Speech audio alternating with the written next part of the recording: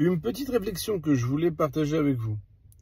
Le soir du Seder, on compare cette soirée aux autres soirées, entre autres, parce que les autres soirs, on mange chametz au matzah. Du chametz, du levain, ou bien matzah, de la galette. Alors que le soir du Pessah, kulo matzah, on ne mange que de la galette. C'est le pain azim, le pain de Pessah.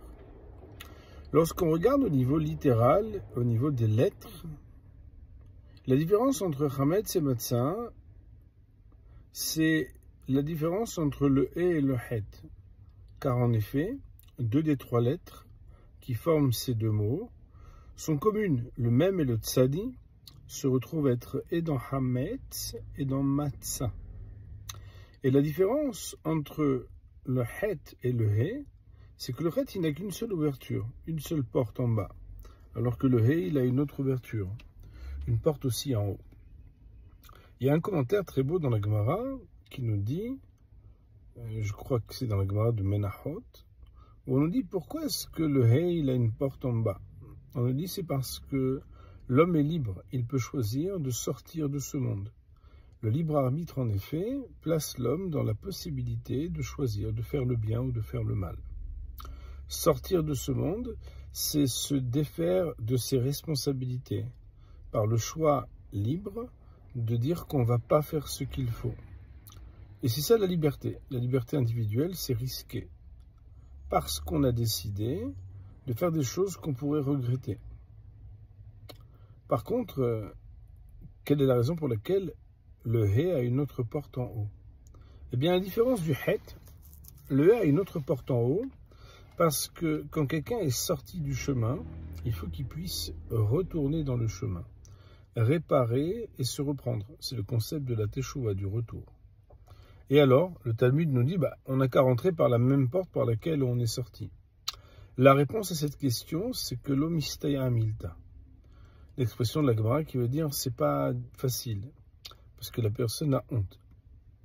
On sait bien que lorsqu'on a une mauvaise expérience dans un endroit, c'est pas évident toujours de retourner. Et c'est plus facile, sans prendre la fuite, de pouvoir d'abord réintégrer un espace, un lieu, une possibilité d'avoir une autre chance, mais sans avoir besoin de reprendre le chemin par lequel on est sorti, sans avoir la honte et l'humiliation. La différence alors entre le he et le het, c'est que le he propose une possibilité de réparation que le het ne propose pas. Mais si on veut les rapprocher plus proches de nous, la différence entre le he et le het, c'est, selon le Maharal, le fait que le hametz, c'est un pain azim, une galette qui n'a pas été surveillée. C'est le temps qui est passé. On a perdu trop de temps, on n'a pas surveillé le temps qui passait, on n'a pas surveillé le temps perdu.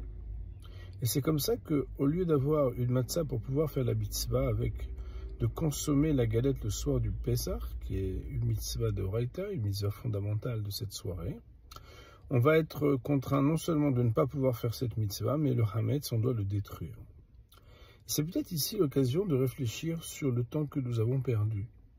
Parce qu'on va chercher le hametz, et c'est vrai qu'on va chercher ces 10 bouts de pain qu'on aura cachés, mais s'ils représentent dans leur différence avec la matzah, le temps perdu qui fait transformer la matzah en hametz, peut-être qu'il faudrait, dans notre recherche du hametz, chercher le temps perdu.